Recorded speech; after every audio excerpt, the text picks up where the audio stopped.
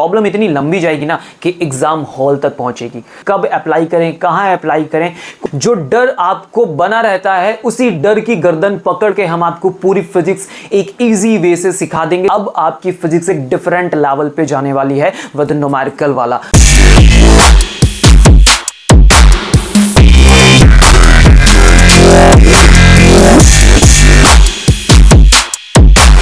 Session के start होते ही physics ने आपको डराना शुरू कर दिया है। आप जैसे तैसे उनकी थ्योरीज तो समझ जा रहे हो, लेकिन फॉर्मूलों को बिल्कुल भी दिमाग में नहीं रख पा रहे हो। अगर किसी तरह से कोई फॉर्मूला दिमाग में रुक भी जा रहा है ना, तो हम उसे अप्लाई नहीं कर पा रहे। मतलब जैसे ही कोई न्यूमेरिकल मेरी आंखों के सामने पड़ रहा है, आप पूरी तरह से ब्लैंक हो जा रहे हो।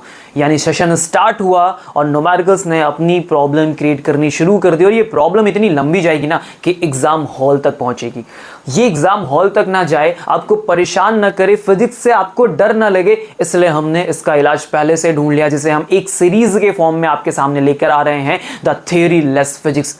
मतलब हम इस बार पूरी की पूरी फिजिक्स आपको न्यूमेरिकल्स के दम पे सिखाने जा रहे हैं। जो डर आपको बना रहता है उसी डर की गर्दन पकड़ के हम आपको पूरी फिजिक्स एक इजी वे से सिखा देंगे। जहां सारे टीचर्स का टारगेट पहले ये होता है कि हम आपका कोर्स फिनिश करें, फिर क्वेश्चंस की प्रैक्टिस कराएं, तो इतना लेट हो जाता है कि हमारे पास उतना टाइम नहीं बचता। इसीलिए इस प्रॉब्लम को हम फिनिश करने वाले हैं स्टार्टिंग से ही। तो शुरुआत से अगर हम न्यूमेरिकल लेके चलें तो सोचो कितना ज्यादा मजा आएगा। यानी अब आपकी फिजिक्स एक डिफरेंट लेवल पे जाने वाली है विद न्यूमेरिकल वाला। अगर आपको न्यूमेरिकल्स में कहीं पे भी दिक्कत है, फॉर्मूले याद करने में प्रॉब्लम है, डिकोड करने में प्रॉब्लम है, कब अप्लाई करें, कहां अप्लाई करें, क्वेश्चन कैसे होते हैं, न्यूमेरिकल्स का सॉल्यूशन कैसे निकलता है, इजीएस्ट वे क्या है, कोई भी प्रॉब्लम है तो ये सीरीज आपके लिए ही है। अगर आप चाहते हो mastery in numericals of physics तो ये सीरीज 101% आपके लिए होने वाली है। इसलिए आज हम आपके लिए पहला लेक्चर लेके आ गए हैं, first chapter electric charges and field से,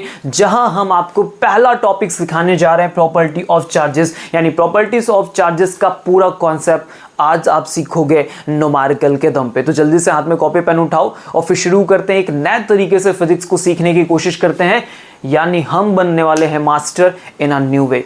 लेट्स गेट स्टार्टेड।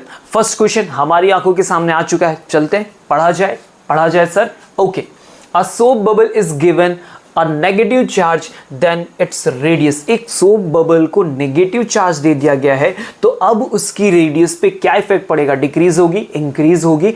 कुछ नहीं होगा, remain unchanged, nothing can be predicted as information is insufficient. Information नहीं है हमारे पास, तो हम आंसर नहीं दे पाएंगे। चलो शुरू करते हैं। हमारे पास एक सोप बबल है और हम इस पे रखने जा रहे हैं नेगेटिव चार्जेस।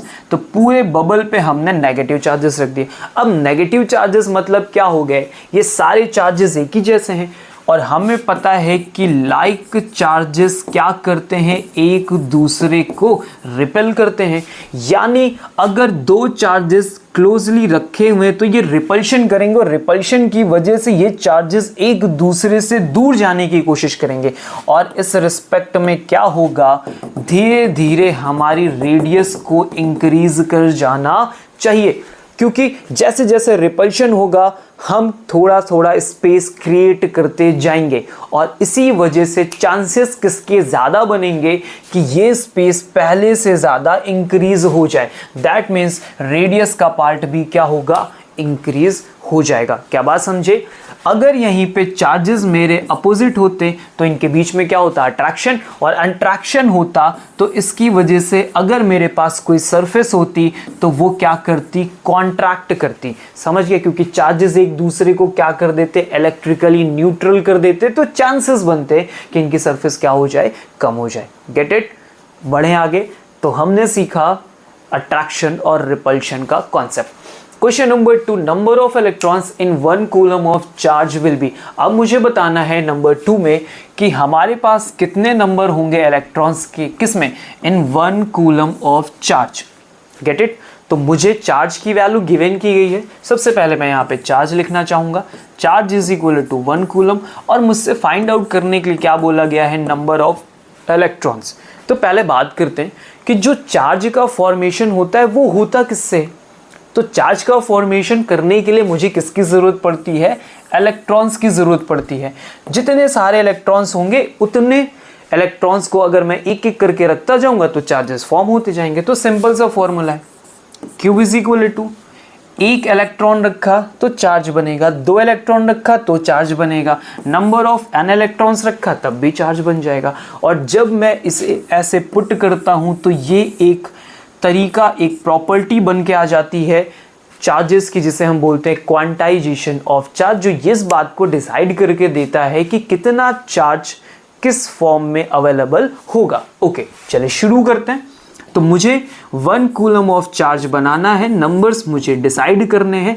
एक इलेक्ट्रॉन का चार्ज होता है 1.6 into 10 to the power minus 19 coulomb.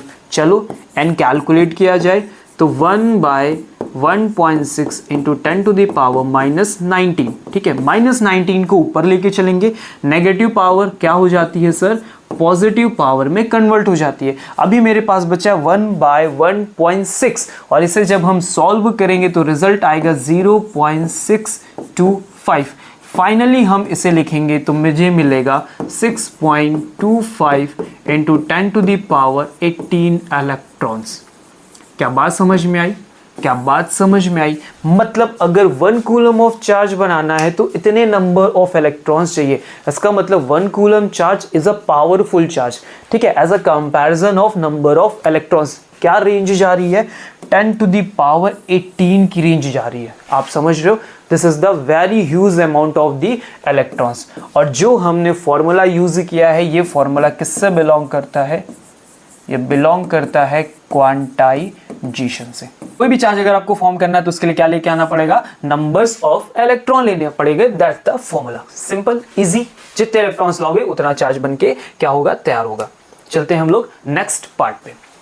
Question number 3, can a body contains 6.4 into 10 to the power minus 19 coulomb of charge. क्या कोई बॉडी इतना चार्ज कंटेन कर सकती है? ठीक है, आओ इस बात को चेक करते हैं, क्या ऐसा पॉसिबल हो सकता है कि नहीं हो सकता। तो मुझे पता है कि चार्ज बनाने का तरीका किससे होता है? इलेक्ट्रॉन से होता है। एक इलेक्ट्रॉन तो चार्ज, दो इलेक्ट्रॉन तो चार्ज, बहुत सारे चाहिए तो N लगा दो। सिंपल। ओके, अभी क्या है कि इस चार्ज के बारे में मुझसे पूछा गया है कि आप इसे चेक करो। तो 6.4 into 10 to the power minus 19 is equal to N into E। अभी एक इलेक्ट्रॉन पे कितना चार्ज होता है? 1.6 into 10 to the power minus 19 coulomb is a wave. Simple, clear है? सिंपल। ओके, अभी क्या करें? N को फाइंड आउट करें तो 6.4 into 10 to the power minus 19 divided by 1.6 into 10 to the power minus 19। अभी हम कैलकुलेशन को बहुत इजी वे से कर रहे हैं ताकि आप समझते चलो, ठीक है। माइनस 19 कैंसिल आउट, पॉइंट से पॉइंट कैंसिल आउट, 16 4 जा कितना होता है? 64। N इज इक्वल टू क्या आ गया? 4 आ गया 4। अभी जो 4 है सर, क्या वो इंटीजर है? हाँ सर बिल्कुल, ये एक इंटीजर है। ये क्या है? एक इंटीजर है। और अगर मेरे पास नंबर इंटीजर फॉर्म में आता है तो मैं ये कह सकता हूं कि इतना चार्ज किसी बॉडी पे अवेलेबल हो सकता है। और अगर यही आंसर इंटीजर के फॉर्म में नहीं आता तो मैं यहां पे सीधे सीधे आंसर में बोलता नो। इसी को बोलते हैं क्वांटाइजेशन। क्या बात समझ में आ रही है? इंटीग्रल फॉर्म में रिजल्ट प्रेजेंट होना चाहिए, तभी उतने चार्जेस हम किसी बॉडी पे दे पाएंगे। मतलब 4 इलेक्ट्रॉन दे सकते हैं लेकिन 4.5 इलेक्ट्रॉन देना पॉसिबल नहीं है। हम इलेक्ट्रॉन ब्रेक करके नहीं दे सकते, इलेक्ट्रॉन पूरा पूरा ही जाएगा। Get it? ओके, चलते हैं नेक्स्ट क्वेश्चन पे। क्वेश्चन नंबर 4, देखो क्या लिखा। How many electrons would have to be removed from a copper penny to leave it with a positive charge of 10 to the power minus 7 coulomb. अभी हम जो भी क्वेश्चंस करेंगे उसमें हम सिर्फ चार्जेस की प्रॉपर्टीज को यूज करेंगे अलग अलग तरीके से। हम क्वेश्चंस को उतनी बार रिपीट करते जाएंगे जितने अलग तरीके से वो क्वेश्चंस को क्या कर रहे होंगे? पूछ रहे होंगे। क्या बात समझ में आ रही मेरी? ठीक है, तो आपको क्या करना है? हर तरीके से सोचना है कि इस वाली बात में भी क्या वो बात अप्लाई हो रही है जो फॉर्मूला में यूज कर रहा हूं। Get it? ठीक है, समझो। क्वेश्चन ने बोला हाउ मैनी इलेक्ट्रॉन्स, फिर से इन्होंने हाउ मैनी में मतलब n बोल दिया, would have to removed from a copper penny to leave it with a positive charge of 10 to the power minus 7 coulomb. ठीक है, बात समझो। क्या हुआ? मेरे पास एक कॉपर पेनी है, यहां से हमने क्या किया? कुछ नंबर ऑफ इलेक्ट्रॉन्स बाहर कर लिए और जैसे ही मैंने यहाँ से कुछ नंबर ऑफ इलेक्ट्रॉन्स बाहर किए तो इसकी बॉडी पे क्या हुआ, चार्जेस शो होने शुरू हो गए। और ये कितने पॉजिटिव चार्ज है, 10⁻⁻7 कूलम के। ऐसा क्यों हुआ, क्योंकि मैंने बाहर किसे निकाला, इलेक्ट्रॉन को निकाला। अब इलेक्ट्रॉन नेगेटिव होता है, जैसे यहां से नेगेटिव बाहर गया तो पॉजिटिव के नंबर्स क्या हो गए, अपने आप इंक्रीज हो गए। कितने अमाउंट में इंक्रीज हो गए, 10⁻⁻7। इसका मतलब क्या हुआ कि ये जो इलेक्ट्रॉन्स हैं इनका भी चार्ज कितना होगा, 10⁻⁻7। सर कैसे पता, समझो ध्यान से। ये जो चार्ज फॉर्म हुआ है इन इलेक्ट्रॉन के निकलने से हुआ है, और हमें पता है Q = क्या होता है, N होता है। ये जो चार्ज पॉजिटिव आया ये किसकी वजह से आया, इलेक्ट्रॉन की डिफिशियंसी की वजह से आया। ठीक है, तो जितने इलेक्ट्रॉन निकले उतनी डिफिशियंसी का चार्ज बन के क्या हुआ, तैयार हो गया। आगे बात समझ में, तो दैट्स वाई Q की वैल्यू क्या होगी, 10⁻⁻7। क्या बात समझे। देखो अगर नहीं समझ में आया तो और इजी समझते हैं। फॉर एग्जाम्पल यहाँ पे मेरे पास क्या है, 10 प्रोटॉन्स है और मेरे पास 10 इलेक्ट्रॉन्स है। मैंने यहाँ से क्या किया, 2 इलेक्ट्रॉन्स बाहर कर दिए। तो जैसे मैं यहाँ से 2 इलेक्ट्रॉन्स बाहर करूंगा तो मेरे पास कितने इलेक्ट्रॉन्स बचेंगे, 8 इलेक्ट्रॉन्स बचेंगे। अब यहाँ पे प्रोटॉन पॉजिटिव होता है, इलेक्ट्रॉन नेगेटिव होता है, तो इस पूरी बॉडी पे जो चार्ज आएगा वो किसका चार्ज आएगा, जिसके नंबर ज्यादा होंगे। किसके नंबर ज्यादा है, प्रोटॉन के। इलेक्ट्रॉन से कितने ज्यादा है, सर 2, इसलिए इस बॉडी पे कितने चार्जेस होंगे, पॉजिटिव का 2। मतलब 2 इलेक्ट्रॉन निकालोगे तो 2 पॉजिटिव आएगा। सेम वैसे इतने इलेक्ट्रॉन निकालोगे तो इतना चार्ज डेवलप हो जाएगा। इजी आया समझ में, ओके क्लियर। अब मैंने लिखा 10⁻⁻7 n into E 1.6 into 10⁻⁻19 coulomb. मुझे n चाहिए थे, आ जाओ बेटा इधर। ठीक है, डिवाइड करते हैं इनको, तो मैं लिखूंगा 1/1.6 इंटू 10⁻⁻19 और यहाँ पे लिखा है 10⁻⁻7। अब सबसे पहले कैलकुलेशन में पावर्स को ऊपर ले जाना होता है। -19 ऊपर जाके प्लस का 19 होगा और मेरे पास रिजल्ट बचेगा 10⁻+19 -7 कितना हुआ, 10⁻12। अब बचेगा 1/1.6। इसका कैलकुलेशन हम थोड़ी देर पहले कर चुके हैं, जिसका आंसर क्या आता है, 0.625 इंटू 10⁻12। क्या करूं मैं, इससे एक पॉइंट खिसका दूं, एक 10 इससे ले लूं, एक 10 यहां से ब्रेक करो, इसमें मल्टीप्लाई करो, 6.25 into 10⁻11। These are the numbers of the electrons जो हम कॉपर पेनी से बाहर निकालेंगे तो इतना चार्ज डेवलप हो जाएगा। आई बात समझ में, क्लियर हुआ, इजी समझ में आ रहा है कैसी चीजें बिहेव करती हैं। इसी तरह से डिफिशियंसी और इफिशियंसी के बिहेवियर समझ में आए। जैसे इलेक्ट्रॉन बाहर गया, डिफिशियंसी हुई, और डिफिशियंसी की वजह से कैसा चार्ज डेवलप हुआ, पॉजिटिव। अगर यही इलेक्ट्रॉन्स मैंने गेन किए होते तो यहाँ पे नेगेटिव नेगेटिव चार्जेस शो होते और अमाउंट इतना ही होता। आई बात समझ में, क्लियर हुआ। बॉडी से बाहर निकलेगा तो पॉजिटिव चार्ज, बॉडी में आएगा तो नेगेटिव चार्ज। बढ़ता हूं आगे नेक्स्ट पार्ट पे, क्वेश्चन नंबर 5। ठीक है, क्या लिखा हुआ है ध्यान से, इजी है, easy, okay. One metallic sphere A is given positive charge, whereas another identical metallic sphere B exactly same mass of A is given equal amount of negative charge। सबसे पहले मेरे पास एक स्फीयर होना चाहिए A, मेरे पास दूसरा sphere है B, और मुझसे बोला जा रहा है कि दोनों के मास आपस में क्या है, सेम है। No problem, it's okay. अभी A को कैसा चार्ज दिया गया है, पॉजिटिव चार्ज दिया गया है, वेयर एज B को कैसा चार्ज दिया गया है, नेगेटिव। ठीक है, अब पहले कॉन्सेप्ट पे बात करते हैं। हमने थोड़ी देर पहले बात की कि किसी बॉडी पे पॉजिटिव चार्ज आया, इसका मतलब हुआ कि यहां से इलेक्ट्रॉन्स बाहर गए हैं। जैसे इलेक्ट्रॉन बाहर निकालते हैं तुरंत उतना ही पॉजिटिव चार्ज बॉडी पे आ जाता है, और किसी के पास नेगेटिव चार्ज है मतलब वहां पे इलेक्ट्रॉन्स आए हैं। क्या बात समझ में आई? ठीक है, पॉजिटिव चार्जेस के लिए ऐसा नहीं होता कि हम प्रोटॉन लाके किसी को देते हैं। पॉजिटिव चार्ज किसी बॉडी को देने का मतलब कि हमने वहां से इलेक्ट्रॉन्स निकाल लिए तो प्लस के नंबर अपने आप बढ़ गए। आई बात समझ में? और किसी को नेगेटिव देने का मतलब होता है कि हमने उस पर इलेक्ट्रॉन ले जाके रख दिए तो वहां पे नेगेटिव के नंबर्स बढ़ गए। Easy, okay. अभी क्वेश्चन मुझसे क्या पूछना चाहता है, ऑप्शन में मास of A and mass of be still remain same. कह रहा है कि दोनों के मासेस अभी भी आपस में इक्वल रहेंगे। क्या ऐसा होगा? तो बात समझते हैं कि एक्चुअल में हुआ क्या है। हुआ ये है कि एक बॉडी से इलेक्ट्रॉन निकले हैं और दूसरी बॉडी ने इलेक्ट्रॉन को गेन किया है। आ रही बात समझ में? और हमारे इलेक्ट्रॉन का मास कितना होता है? 9.1 इंटू 10⁻³ kg एक इलेक्ट्रॉन का। कितने का? 1 इलेक्ट्रॉन का। अगर मान लो 10 इलेक्ट्रॉन भी ट्रांसफर हुए तो बी वाली बॉडी ने कुछ तो इलेक्ट्रॉन गेन किए ही हैं, और अगर कुछ इलेक्ट्रॉन गेन किए हैं तो कुछ मास भी गेन किया होगा। इसका मतलब क्या हुआ कि मास ऑफ बी इंक्रीज होना चाहिए as a comparison of mass of A. Simple सी बात है। तो कोई ऑप्शन है जिसमें बी इंक्रीज किया गया हो? A increases, B decreases, B increases. आई बात समझ में? जो इलेक्ट्रॉन को गेन करेगा वो नेगेटिव चार्ज भी पाएगा और साथ में मास भी उसका बढ़ेगा। ओके, आगे बात समझ में? नेक्स्ट पार्ट पे चलते हैं। क्वेश्चन नंबर 6 ट्राई किया जाए। आ रहा है सबको समझ में? अगर आपको ये फॉर्मूले समझ में आ गए हैं या फिर कोई क्वेश्चन ऐसा लगता है कि मुझे आता है तो आप पॉज करके तुरंत सॉल्व करोगे। ठीक है, तो हम हर टाइप के क्वेश्चन को टच करा रहे हैं ताकि आप चीजों को समझ पाओ। हम हर तरह से क्वेश्चन घुमा घुमा के ला रहे हैं सेम फॉर्मूले पे, ताकि आप समझो कि कैसे चीजों को अप्लाई कर सकते हैं। समझ के बात को? सिर्फ ये नहीं कि हम कैलकुलेशन करेंगे और आप देखो चले जाओगे। हम क्या कर रहे हैं? आपको थिंक कराने की कोशिश कर रहे हैं, फील कराने की कोशिश कर रहे हैं कि चीजें ऐसे काम करती हैं। समझ रहे हैं? Okay, question number 6, determine the total charge on 82 kg of electrons. कितना?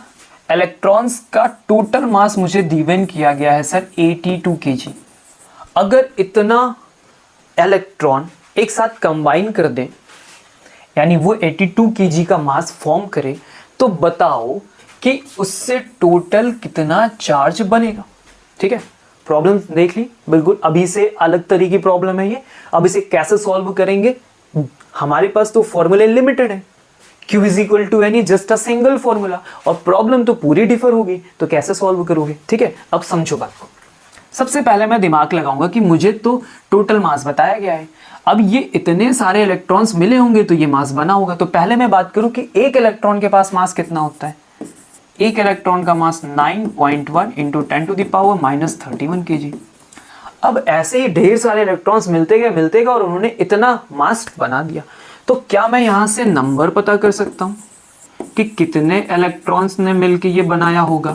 तो मैं टोटल मास को डिवाइड कर दूं अपने सिंगल ऑफ इलेक्ट्रॉन के मास से। सही रहेगा? ओके, अभी -31 ऊपर लेके जाओगे तो क्या हो जाएगा? 10 की पावर पॉजिटिव 31। अब 9.1 और ये 82, तो अगर मैं 0.1 को थोड़ी देर के लिए रोकूं तो 9 9 81 होता है। 9 9 कितना होता है? 81 होता है। और अगर मैं इसे 9 से मल्टीप्लाई कर दूं, ठीक है, 9 से, तो 0.9 बनेगा, मतलब लगभग 82 के अप्रॉक्स हम पहुंच जाएंगे। आनी बात समझ में? मैंने क्या कहा? मैंने कहा कि 9.1 मल्टीप्लाई बाई 9, तो 9 1 जा 9, ठीक है, यहाँ पे 9 1 जा 9 और 9 9 जा 81, तो 81.9 को क्या मैं 82 बोल सकता हूँ? हाँ सर, बोल सकते हैं। तो मैं इसे कट कर दूं 9 टाइम्स में, यानी यहाँ रिजल्ट मिलेगा 9 इंटू 10 टू द पावर 31। तो इतने इलेक्ट्रॉन्स मिलके 82 kg बनाए। तो ये बात तो मुझे पता चल गई, पर क्वेश्चन ने क्या मांगा? क्वेश्चन ने तो बोला कि भाई मुझे टोटल चार्ज बताओ ना। तो चले टोटल चार्ज निकाला जाए, आ जाओ। तो टोटल चार्ज कैसे निकालोगे? तो सर सिंपल सा एक ही फॉर्मूला है, Q is equal to any. Easy, देखो फिर से एंटर कर गया। n के नंबर्स कितने थे? 9 into 10 to the power 31, 1.6 into 10 to the power -19। ये एक इलेक्ट्रॉन का चार्ज हो गया। ठीक है, तो 1.6 इंटू 9, 16 9 से कितना होता है? 144। तो 14.4 इंटू 10 टू द पावर 31 और -19। इसे कैसे सॉल्व करोगे? तो आप ऐसे समझो ये 20 लिखा हुआ है। कितना लिखा हुआ है? 20। 20 से अगर 30 से अगर मैं 20 को माइनस कर दूं तो कितना बचेगा? 10 बचेगा। अभी ये एक वैल्यू क्या थी? इधर कम थी, और ये एक वैल्यू क्या थी? ज्यादा थी। तो कितना बचना चाहिए? 10 टू द पावर 12। क्या ये बात समझ में आ गई? Easy, this is your final result. Unit क्या लिखोगे? कूलम लिखोगे। कहानी समझ में आई? समझ में आ रहा है कि कैसे बिहेवियर्स हो रहे हैं चार्जेस के, कैसी चीजों के फॉर्मेशन हो रहे हैं? Easy, clear? ओके, बढ़ते हैं आगे नेक्स्ट पार्ट पे। ठीक है, हर एक नया टाइप हमें ट्राई करना है और सीखना है। चलो अगला क्वेश्चन आ गया है। वीडियो को पॉज करिए, ट्राई करिए कि क्या आंसर आता है। अगर आप खुद से कर पाते हो तो मतलब हमने पीछे की चीजें सीख ली। अगर आप नहीं कर पा रहे हो तो कोई प्रॉब्लम नहीं है, इट्स ओके। डन, सॉल्व हो गया। चलो अब हम लोग करते हैं। A conductor has been given a charge 3 into 10 to the power -7 coulomb by transferring electron। हमने क्या किया? इलेक्ट्रॉन ट्रांसफर किए किसी बॉडी पे। ठीक है, जब किसी बॉडी पे आप इलेक्ट्रॉन्स को ट्रांसफर करोगे तो उस पर कैसा चार्ज आएगा? नेगेटिव का चार्ज आएगा। कितना चार्ज आ गया? Total 3 into 10 to the power -7 coulomb charge आ गया। मास इंक्रीजेस इन केजी, तो यहाँ मास भी बढ़ गया भाई, सिंपल सी बात है, इलेक्ट्रॉन आ रहा है तो केजी में मास बढ़ेगा। Okay, of the conductor and number of electrons added to the conductor are respectively. तो क्वेश्चन कह रहा है कि जब हमने इस पे इलेक्ट्रॉन्स भेजे तो उसकी वजह से मास बढ़ा, तो वो मुझे मास भी बताओ और साथ में ये जो इतना सारा चार्ज मैंने यहाँ इकट्ठा कर दिया है वो कितने नंबर ऑफ इलेक्ट्रॉन्स इकट्ठा किया हुआ, ये दोनों चीजें मुझे बतानी। क्या क्वेश्चन समझ गए सब लोग? Easy, get it. मुझे क्या फाइंड आउट करना है? मुझे फाइंड आउट करना है कि इतना चार्ज कितने नंबर से बना और ये मास का कैलकुलेशन कैसे आया। तो शुरू करें सर, फिर से Q is equal to N. देखो बार बार घूम फिर के हम वहीं पहुंच रहे हैं। कितना Q बनाया इन्होंने? 3 इंटू 10⁻⁻7 का E की वैल्यू 1.6 इंटू 10⁻⁻19। चलें सर आ जाए डिवाइड करने के लिए, तो 3/1.6 इंटू अभी -7 है यहाँ पे और अपॉन में आएगा तो -19 हो जाएगा। मैं एक एक स्टेप लिख रहा हूँ ताकि आपको चीज़ें समझ में आ जाए। नेक्स्ट लाइन में देखो क्या होगा, -19 ऊपर जाएगा तो प्लस का 19 से माइनस का 7 हटाओगे तो कितना बचेगा? 12 बचेगा। अभी 3/1.6 इसे मैं सॉल्व कर रहा हूँ, ठीक है, तो ध्यान से समझना। मैं यहाँ पे लिखूंगा 16, दैट मीन्स 0, सॉरी इसे लेट करता हूँ मैं, यहाँ पे से हटाता हूँ और this part is gonna be 30 और 16 1 जा 16, देन 1 पॉइंट कितना बचेगा मेरे पास? 14 का पार्ट 140, तो मुझे लेके जाना पड़ेगा 144, यानी 8 टाइम्स में 1.8 और फिर आगे सॉल्व करेंगे तो आएगा 7 इंटू 10⁻12, ठीक है। इसके बाद आई थिंक मुझे लग रहा है 5 भी आएगा और कैंसिल हो जाएगा, तो नियर अप्रॉक्स 1.7 इंटू 10⁻12 आ गया मेरे पास, n आ गया, एक रिजल्ट आ गया मेरे पास। ओके, अब मैं इस रिजल्ट को पहले चेक कर लेता हूँ, क्या किसी के पास ऐसा रिजल्ट है? अगर मान लो सारे डिफरेंट हुए तो मुझे दूसरा कैलकुलेशन नहीं करना पड़ेगा, ठीक है, क्योंकि ये ऑप्शंस है। ऑप्शंस में ये होता है कि आप जैसे कोई आंसर मिले चेक कर लो कि इनमें है कि नहीं, जिनमें ना उन्हें हटा दो, ठीक है। आ जाओ, किसी के पास पावर 12 है क्या? नहीं है। पावर 12 क्या गलत हो गया क्या भाई? ये रही पावर 12, लेकिन ये तो सर 2 लिखा हुआ है, तो 1.8 को लगभग मैं 1.9 बोल सकता हूँ, 1.9 को अप्रॉक्स तो 2 बोल सकते हैं, तो 2 इंटू 10⁻12। केवल सर यही एक ऑप्शन है जो आया हुआ है, मतलब कौन सा आंसर सही होगा? आंसर नंबर डी सही होगा। समझ में आ रही बात, कैसे बिहेवियर हो रहा है इन लोगों का? ओके, चलें क्वेश्चन नंबर 8 पे आते हैं। अब देखेंगे कि इस क्वेश्चन से मुझे क्या सीखने को मिलेगा। A glass rod when rubbed with a silk cloth, एक सिल्क क्लॉथ के साथ ग्लास रॉड को रब किया गया, acquires a charge of 1.6 into 10⁻⁻13 coulomb. What is the charge on silk cloth? देखो मेरे पास एक ग्लास की रॉड थी, ठीक है, और मेरे पास क्या था? एक सिल्क है। ये इन दोनों के बीच में हमने फ्रिक्शन किया तो मुझे पता चला कि मेरी ग्लास रॉड पे क्या हुआ है? चार्ज आ गया है। कितना चार्ज आया है? तो चार्ज आया है 1.6 इंटू 10⁻⁻13 कूलम का। अब इसके आगे माइनस नहीं लगा, मतलब इस पे कैसा चार्ज आया? पॉजिटिव आया, ठीक है, सिंपल सी बात है। तो अब मुझे बताओ कि इस सिल्क पे कितना चार्ज आएगा, ऐसा क्वेश्चन कह रहा। तो सर क्या हुआ जरा समझना, जब दोनों के बीच में फ्रिक्शन हुआ होगा तो फ्रिक्शन से क्या होता है? इलेक्ट्रॉन्स बाहर निकलते हैं। अब क्योंकि इस बॉडी पे पॉजिटिव आया, मतलब कि ग्लास रॉड से इलेक्ट्रॉन निकला होगा, और निकला होगा तो किस पे गया होगा? सिल्क पे गया होगा। अब बहुत सारे इलेक्ट्रॉन्स निकल गए, जिसकी वजह से टोटल कितना चार्ज बना? सर Q बना, जो हमें दिया इन्होंने, ठीक है। और इतने इलेक्ट्रॉन्स जब यहां पहुंचे होंगे, नंबर ऑफ ढेर सारे इलेक्ट्रॉन जब यहां पहुंचे होंगे, तो इन्होंने क्या बनाया होगा? इन्होंने भी तो Q बनाया होगा। क्या बात समझ आ रही? जितने यहां से इलेक्ट्रॉन निकले वो सब यहां पहुंच गए, उसकी वजह से पॉजिटिव का ये चार्ज बना, तो जिस पे जाएगा सर उस पे बनेगा माइनस का 1.6 इंटू 10⁻⁻13 कूलम। सिंपल सी बात है, क्योंकि जितना पॉजिटिव चार्ज फ्रिक्शन में डेवलप होता है उतना ही नेगेटिव चार्ज डेवलप होता है। तो सर ये बात किस पे बेस्ड है? तो ये बात बेस्ड है कंजर्वेशन वाले पार्ट पे, कंजर्वेशन ऑफ चार्जेस पे बेस्ड है। जितना डेवलप होगा एक बॉडी पे पॉजिटिव का, उतना ही डेवलप होगा दूसरी बॉडी पे नेगेटिव का। क्या बात समझ में आ गई? और यहीं पे हम ये बात भी सीख रहे हैं कि फ्रिक्शन की वजह से जो चार्जेस डेवलप होते हैं उनके नेचर हमेशा क्या होते हैं? अपोजिट होते हैं। अगर एक बॉडी ने पॉजिटिव एक्वायर किया है तो दूसरी बॉडी के लिए मस्ट क्या हो जाएगा? नेगेटिव एक्वायर करना। और अगर एक पॉजिटिव है एक नेगेटिव है, तो ये वाला बिहेवियर किसको शो कर रहा है? कंजर्वेशन ऑफ चार्ज को भी शो कर रहा है। तो एक न्यूमेरिकल में इतनी बातें कवर हो गई। आगे बात समझ में? इजी। ओके, चले नेक्स्ट पार्ट पे, क्वेश्चन नंबर 9 को ट्राई करते हैं। 3 small spheres carry charges of 2 coulomb -5 coulomb and 7 coulomb respectively. ठीक है, तो पहले हम अपने छोटे छोटे 3 स्फीयर्स बना लेते हैं और देखते हैं कि इस बार क्या सीखने को मिलेगा। तो पॉजिटिव का 2 कूलम, माइनस का 5 कूलम और प्लस का 7 coulomb. If all the charges are brought together calculate the total charge on the system. अभी क्या कर दिया गया, इन तीनों को कांटेक्ट में ला दिया गया और अब हमसे पूछा जा रहा है what is the net charge on the system. अभी नेट चार्ज सिस्टम पे क्या होगा, तो सर क्या होता है जब हम चार्जेस को आपस में ले जाके पास में ले जाके रखते हैं, ठीक है, तो चार्जेस क्या होते हैं, डिस्ट्रीब्यूट होते हैं। क्या होते हैं, डिस्ट्रीब्यूट होते हैं। तो चलो देखें सर टोटल कितना चार्ज था, तो प्लस का 2 था, माइनस का 5 था और प्लस का 7 था।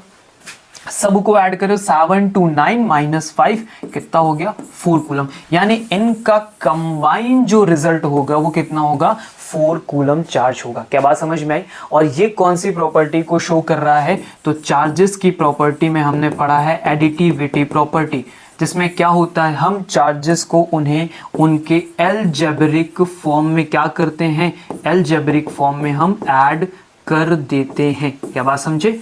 तो ये न्यूमेरिकल उस पे बेस था जिससे ये रिजल्ट मेरे सामने बनकर आया। सिंपल, आरी बात समझ में क्लियर हुआ। तो यहां से हमने ये प्रॉपर्टी भी कवर कर ली। नेक्स्ट पार्ट पे आते हैं, क्वेश्चन नंबर 10 पे आते हैं। What is our question number 10। 2 identical small conducting balls B1 and B2। ठीक है, तो आप क्या करो, एक बॉल B1 बनाओ और एक बॉल बनाओ B2। जैसा क्वेश्चन कह रहा वैसा करते जाओ। ओके, आफ्टर देन पहले वाले पे आपको चार्ज रखना -7 पिको कूलम, ठीक है, और दूसरे पे रखना है प्लस का 4 पिको कूलम। कितना रखना है, प्लस का 4 पिको कूलम। ओके, आगे क्या है, they are brought in contact with the third identical ball B3। अब इन्हें हम कॉन्टैक्ट में लेके आएंगे एक तीसरी बॉल के साथ जिसका नाम क्या है भाई, B3 है। ओके, देन सेपरेटेड, और फिर हम इन्हें सेपरेट कर देंगे। The final charge on each ball is -2 pico coulomb. हमने जब इन तीनों बॉल्स को अलग अलग कर दिया तो हर एक बॉल पे -2 पिको कूलम का चार्ज आया। कितना आया, -2 पिको कूलम। पिको कूलम क्या होता है, पिको को जब भी आप कन्वर्ट करोगे कूलम में तो 10⁻⁻12 कूलम में कन्वर्ट होगा। ठीक है, ओके। अभी क्वेश्चन को क्या चाहिए, the initial charges on B3 was. तो बताओ B3 पे कितना चार्ज था, B3 पे कितना चार्ज था जिस वजह से सब पे -2 पहुंच गया। तो अब हम क्या करें, देख लेते हैं कि इन तीनों का मिला के चार्ज कितना है। तो -2 कितना हो गया, -6 पिको कूलम।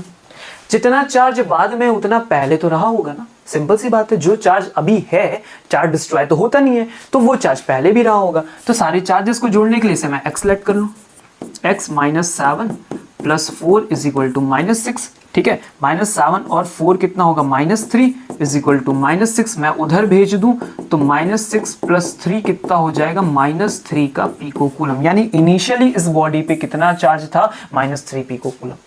क्या बात समझे। ये क्वेश्चन हमने कैसे सॉल्व किया, तो हमने सर इसे सॉल्व कर दिया फिर से कंजर्वेशन से। कंजर्वेशन क्या कहता है, जितना अमाउंट ऑफ चार्ज आपके पास इनिशियली था उतना आपके पास फाइनली होना चाहिए। सिर्फ एक बॉडी से दूसरी बॉडी पे ट्रांसफर हो सकता है लेकिन डिस्ट्रॉय नहीं हो सकता, ना ही कोई नया क्रिएट हो सकता है। तो ये क्वेश्चन इस बारे में हमें सिखाता है। आगे बात समझ में इजी, अब चीजें समझ में आने लगी कैसे काम कर रही हैं। ठीक है, कैसे हम केवल न्यूमेरिकल के दम पे फिजिक्स को सीख पा रहे हैं। Okay, very good. तो हमने कौन कौन सी प्रॉपर्टी सीख ली, हमने कंजर्वेशन प्रॉपर्टी सीख ली, हमने क्वांटाइजेशन सीख लिया, हमने एडिटिविटी प्रॉपर्टी सीख ली। ये तीनों प्रॉपर्टीज हम कवर कर लिए। Very good. ओके, अब आते हैं क्वेश्चन नंबर 11 पे और देखते हैं अब ये किस बारे में बेस्ड है। ठीक है, if a body gives out 10⁻9 electrons every second, हर एक सेकेंड में कितना इलेक्ट्रॉन बाहर आ रहा है, 10⁻9 इलेक्ट्रॉन बाहर आ रहा है। How much time is required to get a total charge of 1 coulomb from it. एक बॉडी है, समझो मेरे पास एक बॉडी है, इस बॉडी से 10⁻9 इलेक्ट्रॉन्स बाहर निकल जा रहे हैं। कितनी देर में, 1 सेकंड में। कितनी देर में, 1 सेकंड में। ठीक है, और मेरा जो टारगेट है वो मेरा टोटल टारगेट है यहां से 1 कूलम चार्ज को बाहर करने का। तो आप बताओ 1 कूलम चार्ज बाहर जाने में टोटल कितना टाइम लगेगा, ऐसा क्वेश्चन कह रहा है। ठीक है, ऐसा क्वेश्चन क्या कह रहा है। ओके, समझते हैं पहले कि भाई 1 सेकंड में कितना चार्ज बाहर जा रहा है। तो 1 सेकंड में कितने नंबर्स बाहर आ रहे हैं भाई, 10⁻9 इलेक्ट्रॉन्स बाहर आ रहे हैं। एक इलेक्ट्रॉन पे चार्ज कितना होता है, 1.6 इंटू 10⁻−19। इन्हें आपस में कैलकुलेट करें तो 9 और 19 कितना होगा, 10⁻−10। ठीक है, और यहां बचेगा 1.6। मतलब 1 सेकंड में इतना चार्ज बॉडी से क्या हो रहा है, बाहर आ रहा है। मुझे 1 कूलम चार्ज बनाना है। कितना बनाना है, 1 कूलम चार्ज बनाना है। तो कितनी देर में ये बनेगा, कितने दिन में ये बनेगा, कितने टाइम में ये फॉर्म होगा। ठीक है, तो अब समझो 1 सेकंड में इतना बनता है। ठीक है, 1 सेकंड में इतना बनता है, या फिर आप ऐसे समझो इतना चार्ज बनाने के लिए कितना टाइम लग रहा है, मुझे 1 सेकंड लग रहा है। तो 1 कूलम चार्ज बनाने के लिए मुझे कितना टाइम लगेगा, तो टोटल 1 कूलम और डिवाइडेड बाई 1.6 इंटू 10⁻−10।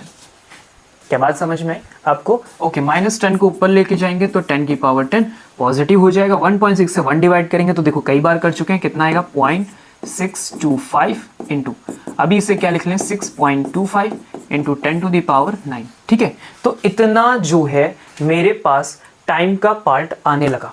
ठीक है, ये मेरे पास इतने सेकंड आ गए। क्या बात समझे, 1 कूलम बनाने के लिए कितना सेकंड आ रहा है, 6.25 इंटू 10⁻9 सेकेंड्स की जरूरत है। अभी ये वैल्यू सेकंड में लिखी इसलिए आपको फील नहीं दे रही। अब जरा समझो, अगर मैं इसे कन्वर्ट कर दूं आवर्स में, ठीक है, या फिर डे में, टाइम में, तो आपको ज्यादा समझ में आए। देखो 1 सेकंड को कन्वर्ट करने जा रहे हैं हम लोग, ध्यान समझना। 1 आवर में अगर मैं कन्वर्ट करूं तो 1 आवर में कितने सेकंड होते हैं, तो 3600 सेकंड्स होते हैं। ठीक है, छोटी क्वांटिटी को जब बड़ी क्वांटिटी में कन्वर्ट करते हैं तो हमेशा डिवाइड करते हैं, याद रखना इस बात को। ठीक है, फिर अगर मैं इसे डेज में कन्वर्ट करने की कोशिश करूं तो एक दिन में कितने घंटे होते हैं, 24 घंटे होते हैं। और अगर मैं इसे साल में कन्वर्ट करने की कोशिश करूं, ईयर में अगर मैं आंसर चाहूं निकालना, तो मैं कहूंगा एक ईयर में कितने डेज होते हैं, तो 365 होते। और अगर मैं अब इसे प्रॉपर तरह से कैलकुलेट करूं और इसका रिजल्ट निकालूं, क्योंकि ये क्वेश्चन बहुत ज्यादा फेमस है। ठीक है, कई बार हम लोगों ने क्वेश्चंस प्रैक्टिसेस में कराए हैं। ठीक है, तो इसका आंसर मुझे याद है कि आप अगर इसे करोगे तो इसका जो आंसर आएगा वो नियर अप्रॉक्स 198.18 के आसपास, या मे बी 0.8 समथिंग ईयर्स के आसपास बनेगा। मतलब अगर मैं कहूं तो मोटा मोटा जो आपका आंसर आ रहा है वो 200 ईयर्स आ रहा है। अब जरा सोचो कि 1 कूलम चार्ज बनाने के लिए इतना ज्यादा टाइम लगेगा, जबकि 10⁻9 इलेक्ट्रॉन्स पर सेकंड निकल रहे हैं। तो सोचिए 1 कूलम चार्ज कितना पावरफुल चार्ज होगा as a comparison of 1 electron of charge. आगे बात समझ में, कितना टाइम ले रहे हैं, लगभग 200 साल का टाइम ले रहे हैं। तो ये एक नया क्वेश्चन था, डिफरेंट टाइप का क्वेश्चन था। ठीक है, टाइम बेसिस क्वेश्चन था। आपको आई होप समझ में आया होगा, मजा आया होगा। Okay, clear, easy. चलो अब नया टाइप का क्वेश्चन हम सीखने जा रहे हैं। क्वेश्चन नंबर 12 क्या है, how much positive and negative charge is there in cup of 250 gram water. अब मुझे एक कप में 250 ग्राम वाटर दे दिया गया, कुछ भी दे सकते थे, मतलब मुझे मास गिवन किया गया। याद है मास में अभी हम लोगों ने नंबर्स फाइंड आउट किए, तो इन्होंने मुझे मास दिया। इस मास की हेल्प से मुझे पॉजिटिव और नेगेटिव चार्जेस निकालने हैं। तो पहली बात तो आप इजी ये समझो कि भाई जितना नेगेटिव चार्ज होगा उतना ही पॉजिटिव चार्ज होगा, तो कुछ भी डिफर नहीं होता, दोनों इक्वल होते हैं। ये सिंपल इजी। ओके, अब मुझे ये क्वेश्चन करना है, क्या मैं इसे पुराने वाले तरीके से कर सकता हूं, जैसे 75 kg वाला किया था, तो मैंने पहले उसे डिवाइड कर दिया 1 इलेक्ट्रॉन की वेट से, मास से, और जो आंसर आया उसे क्यों निकाल लिया। तो क्या मैं वैसा कर पाऊंगा या फिर इसमें कुछ डिफरेंस है। तो चलो समझते हैं डिफरेंस में क्या है। तब की बार इलेक्ट्रॉन्स ने वेट बनाया था और इस बार वेट इलेक्ट्रॉन नहीं वाटर बना रहा है, और यही बात डिफरेंट है इस क्वेश्चन में, यही अलग लेवल पे इस क्वेश्चन को लेके जाएगी। चलो बात समझते हैं, शुरू करें। देखो हमें जो मास गिवन किया गया है वाटर का वो कितना है, 250 ग्राम। ठीक है, और अगर मैं बात करूं वाटर के मॉलिक्यूलर मास की, ठीक है, आप देखो नई नई चीजें एंटर करेंगी, तो मॉलिक्यूलर मास हमारे वाटर का क्या होगा, तो भाई देखो ये होता है H2, इसके लिए 2 हो गया, इसके लिए 16 हो गया, टोटल कितना हो गया 18। ठीक है, आप सबको पता है, आप सबने पढ़ा, बेसिक सी बात है, क्लास 8th 9th की बात है, क्लियर, 18 ऑफ ग्राम। अब जब इस तरह का क्वेश्चन हम करेंगे ना तो हमें ज्यादा मेहनत करनी पड़ेगी। सर ऐसा क्यों? समझो मेरी बात को। वाटर मिलके बना है H2O से, ठीक है, और जो चार्जेस बनते हैं वो बनते हैं इलेक्ट्रॉन से। तो सबसे पहले मुझे इनके अंदर से इलेक्ट्रॉन ढूंढ के निकालने होंगे। प्रॉब्लम तो ये है, अभी हाइड्रोजन के पास कितने इलेक्ट्रॉन मिल जाएंगे भाई? तो 2 हैं, तो यहाँ 2 इलेक्ट्रॉन मिल गए। ऑक्सीजन से मुझे कितने इलेक्ट्रॉन मिल जाएंगे? तो मुझे 8 इलेक्ट्रॉन मिल जाएगा। कंबाइन करूँ तो कितना इलेक्ट्रॉन? 10 इलेक्ट्रॉन। मतलब केवल एक मॉलिक्यूल के अंदर 10 इलेक्ट्रॉन से। पहले मुझे इनके मॉलिक्यूल्स तो पता चले कि 250 ग्राम पानी में कितना मॉलिक्यूल है, तब जाके मैं 10 से मल्टीप्लाई करूंगा, तब जाके मेरा क्या बनेगा? n बनेगा। और जब मेरा n बनेगा तब ना जाके हम क्यों कैलकुलेट कर पाएंगे। बात समझ में आई प्रॉब्लम क्या हमारी? ओके, तो शुरू करते हैं, फिर आगे कंटिन्यू करें। समझो बात को। अब ये करने के लिए मुझे क्या करना होगा? सबसे पहले जब भी ऐसा कभी क्वेश्चन आए तो आप क्या करो? नंबर ऑफ मोल्स निकालो। तो नंबर ऑफ मोल्स क्या होते हैं सर? गिवन मास, ठीक है, थोड़ा सा केमिस्ट्री इंटर कर गई है पर घबराने की कोई जरूरत नहीं है। और फिर यहाँ पे हम लिखेंगे मॉलिक्यूलर मास 250 डिवाइडेड बाई 18। ये मेरा आ गया नंबर ऑफ मोल्स।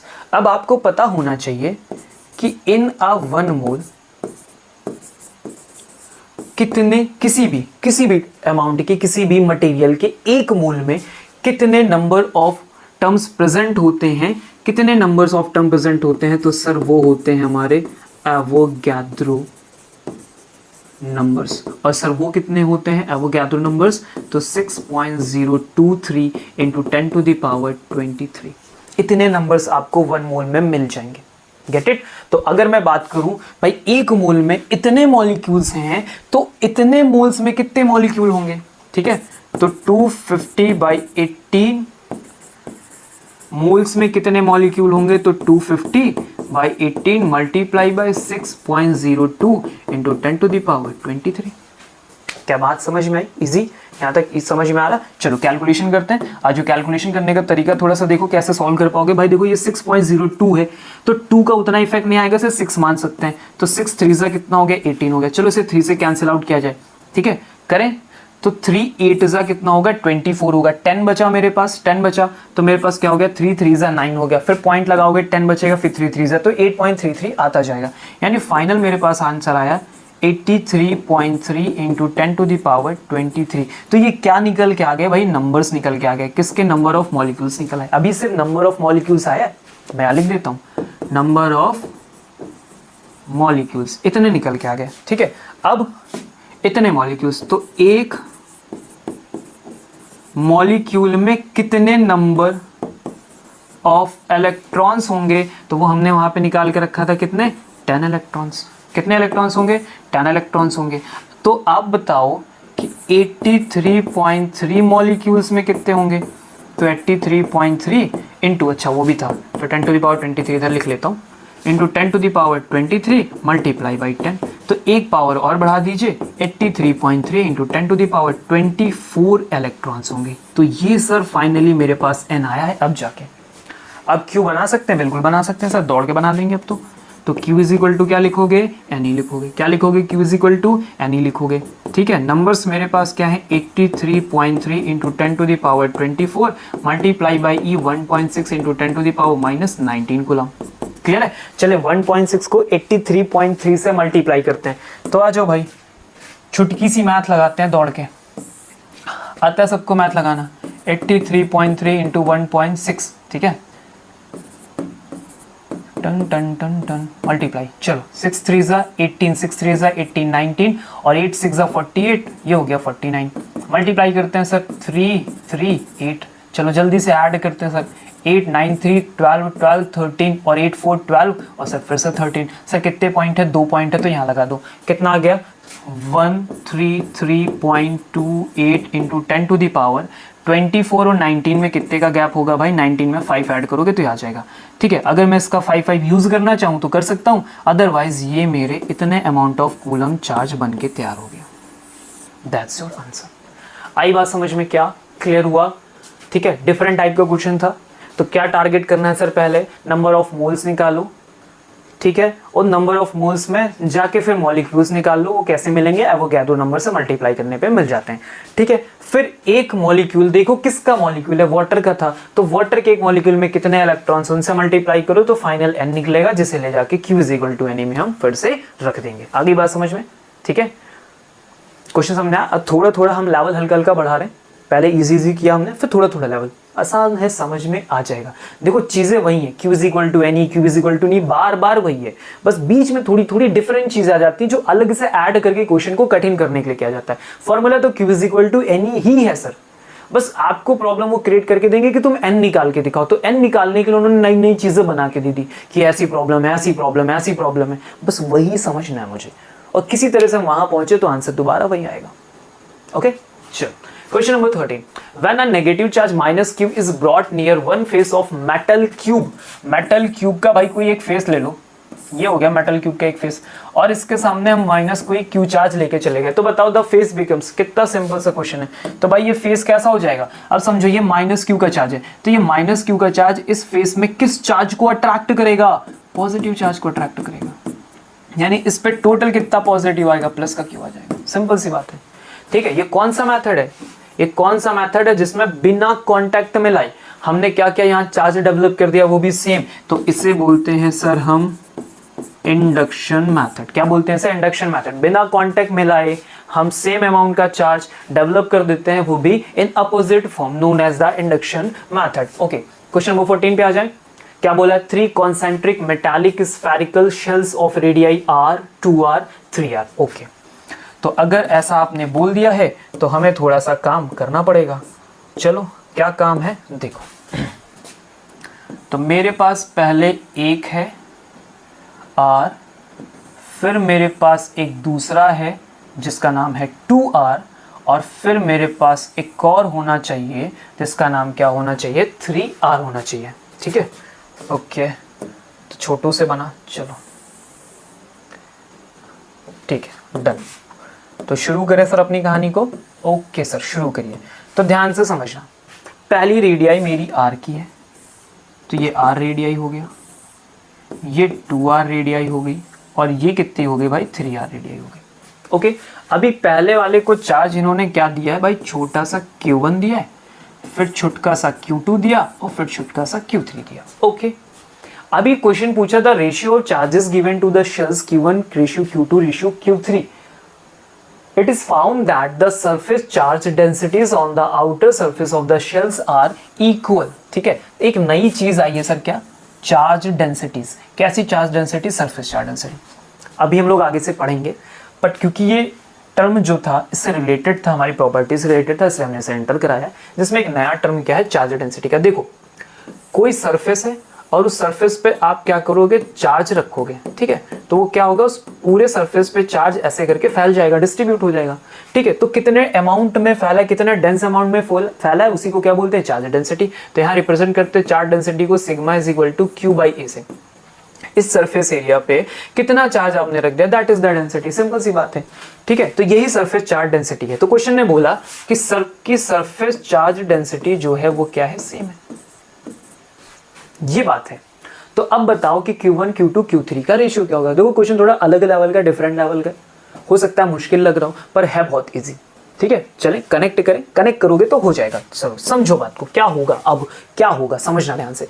एक मेटालिक स्फेरिकल शेल है, ठीक है, थोड़ी देर पहले मैंने इससे पहले क्वेश्चन कराया जिसमें मैंने कहा एक फेस है और यहाँ एक चार्ज है।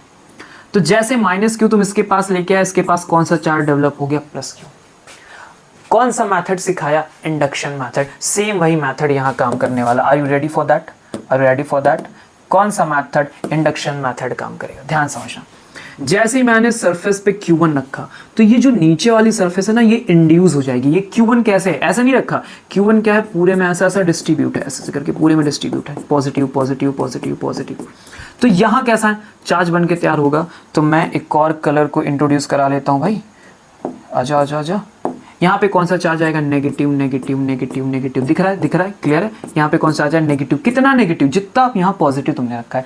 अब इधर साइड नेगेटिव आएगा तो इसके ऊपर कौन सा आएगा, तो इसके ऊपर सिर्फ सेम पॉजिटिव पॉजिटिव आना शुरू हो जाएगा। कौन सा चार्ज आना शुरू हो जाएगा, positive positive positive positive positive positive positive. कितना पॉजिटिव, जितना Q1 था यहाँ, तो फाइनल चार्ज पता है यहाँ पे जाके क्या बन गया, इस जगह पे जाके बन गया Q2 प्लस Q1।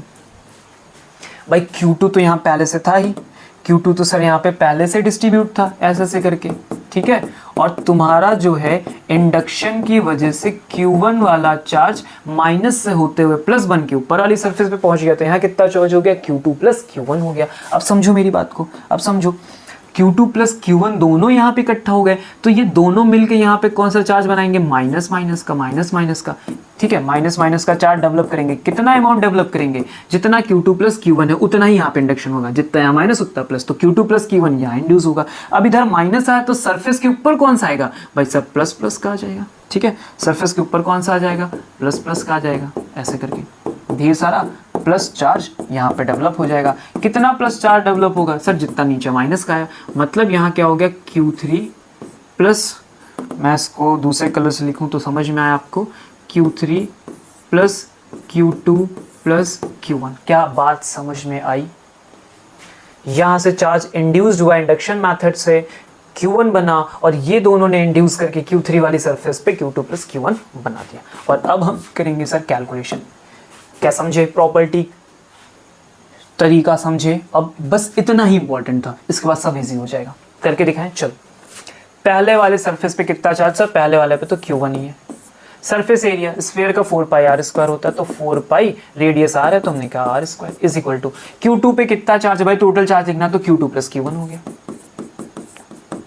अपॉन में 4 पाई आर स्क्वायर, तो इसमें आर कितना इनका रेडियस, भाई 2r है, तो हमने लिखा 2r का square is equal to Q इस वाले पे, तो सर तीनों मिलके आ गए, Q3 Q1 और Q1, ठीक है। अभी कितना है, 4 पाई और फिर यहाँ पे रेडियस 3r का स्क्वायर हो गया, 4 पाई 4 पाई 4 पाई हमने कैंसिल आउट कर दिया, ठीक है। नेक्स्ट स्टेप में देखो क्या होने वाला है, लिखा मैंने Q1 by R square is equal to Q2 plus Q1 upon 2 का तो सर कितना होगा, 4r स्क्वायर होगा, और यहाँ पे Q1 plus Q2 plus Q3, और ये कितना होगा, 9r स्क्वायर होगा, तो सर r स्क्वायर भी लपेट देते हैं, ओके ओके। अब हम क्या करेंगे, सिर्फ इन दोनों को लेके सॉल्व करते हैं, वैल्यू निकालते हैं। तो जरा समझना, ये वाला 4 इधर मल्टीप्लाई हो गया, तो क्या बन गया, 4Q1 इज इक्वल टू क्या मिलेगा, Q2 प्लस Q1। अब Q1 को इधर भेजोगे तो क्या मिलेगा, 3Q1 is equal to Q2, ठीक है। तो एक रिलेशन मुझे ये मिल गया, क्लियर। अब चलो दूसरा रिलेशन मैं यहाँ पे यूज करता हूँ, ठीक है। कौन सा रिलेशन, देखो ये मिल गया मुझे। अब यहाँ पे आ जाओ, इन दो को इक्वेट करते हैं, तो मैं कहूंगा Q1 इज इक्वल टू, सब इक्वल में चल रहे, तो इस पार्ट को इक्वेट करने जा रहा हूं मैं, Q1 plus Q2 plus Q3, ठीक है। अपॉन में क्या लिखूंगा मैं, यहाँ पे अपॉन में मैंने 9 लिखा, समझ में आई बात। पहले इन दो को सॉल्व कर लिया, अब इसको और इसको सॉल्व कर लेते हैं। 9 इधर भेज दो सर, तो 9Q1 आ गया इज इक्वल टू, अब मुझे एक रिलेशन पता चला Q2 is equal to 3Q1 होता है, तो क्यों ना मैं दिमाग लगा लूँ यहाँ पे, क्यों ना मैं दिमाग लगा लूँ। तो चलो, तो मैं कहता हूँ कि Q1 और Q2 की जगह मैं लिख देता हूँ 3Q1 और यहाँ लिख देता हूँ Q3। ये कितना हो गया, 4Q1, इधर लेके आएगा 9 माइनस 4 कितना होता है, 5Q1 is equal to Q3।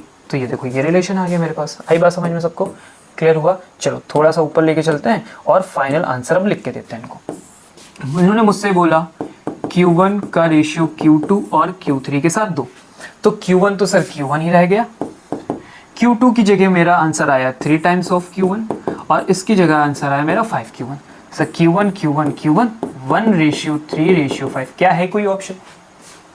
Option number easy आया समझ में, क्या क्लियर हुआ? ठीक है, तो हमने क्या किया, इस क्वेश्चन को इजी तरीके से सॉल्व कर लिया, जिसमें हमने इंडक्शन की प्रॉपर्टी को यूज किया, फिर थोड़ा सा बेसिक फॉर्मूला और कैलकुलेशन, और हमारे पास आंसर आ गया। क्या बात समझे? ठीक है, तो इस तरह से हम क्या करेंगे, एक एक पार्ट आपके लिए लेके आते रहेंगे, जिसमें हम न्यूमेरिकल्स सिखाएंगे आपको, ताकि वो डर्क फिनिश हो जाए और उसी की हेल्प से आप चीजें सीख पाओ। अभी हमने इतने न्यूमेरिकल्स की, उसमें आपको देखो सारी प्रॉपर्टी देखने को मिल गई और हर प्रॉपर्टी का रोल भी समझ में आ गया, और आप ये भी समझ गए कि वो न्यूमेरिकल्स और क्वेश्चंस में अप्लाई कैसे होती हैं और काम कैसे करती हैं। समझ के बात को, तब उतना याद भी नहीं करना पड़ेगा और चीजें हम अच्छी तरीके से अप्लाई भी कर पाएंगे। आगे बात समझ में? तो इसे फॉलो जरूर करो, दोस्तों के साथ शेयर जरूर करो, ताकि सब लोग मिलकर हम स्टार्टिंग से ही न्यूमेरिकल को इजी करते चले जाएं। क्या बात समझ में आ रही है? ओके, तो मिलते हैं नेक्स्ट लेक्चर में। इस सीरीज को कंटिन्यू करिए, फॉलो करिए और अपनी फिजिक्स को मास्टर करिए। तब तक के लिए टाटा, बाय बाय।